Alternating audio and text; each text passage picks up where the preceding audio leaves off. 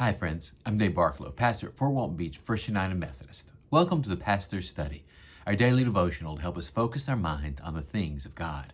We are walking through the Gospel of Mark together, and we encounter some of Jesus' teaching as he begins to clash with the religious leaders of his day. So this is the beginning of Mark chapter 7. We're going to be looking at verses 1 through 8. Now when the Pharisees and some of the scribes who had come from Jerusalem gathered around him, they noticed that some of his disciples were eating with defiled hands, that is, without washing them.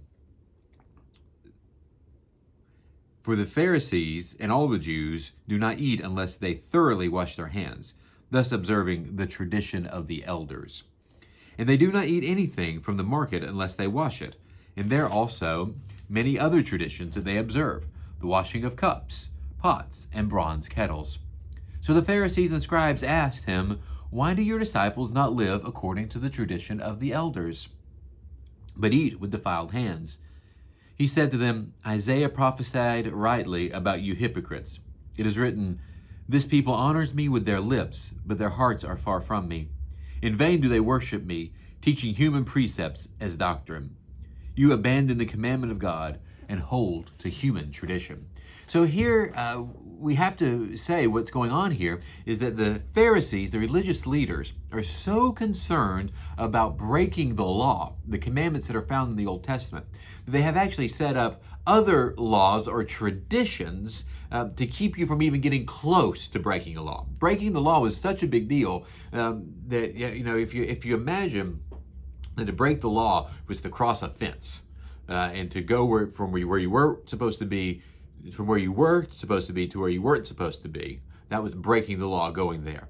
So what they did is they put a secondary fence, a fence way out away from the first fence, and fenced it all the way around in the middle of, well, you can be here and you can be here, but if you stay on this side, then you are definitely staying away from the fence you can't cross. So it was kind of like a overly protective measure. And as they did this, over time, it seems these traditions grew, and they became so important that people started referring to them maybe as the tradition of the elders. Is the phrase is a little unclear here in the Gospel of Mark.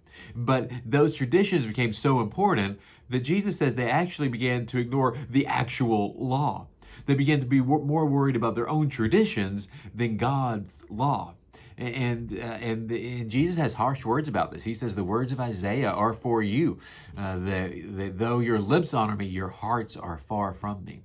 So to follow God is not just about following a bunch of rules. It's about having our heart engaged with our Creator. So friends, are you engaging your heart with your Creator today? I hope that starting your day like this or putting this in your day today is a way that you can be engaging your Creator. I hope it leads to prayer, to more Bible study, to serving your loved ones, your neighbors, those who are around you. Let us love God as well as try and follow His commandments today. Remember, friends, I love you.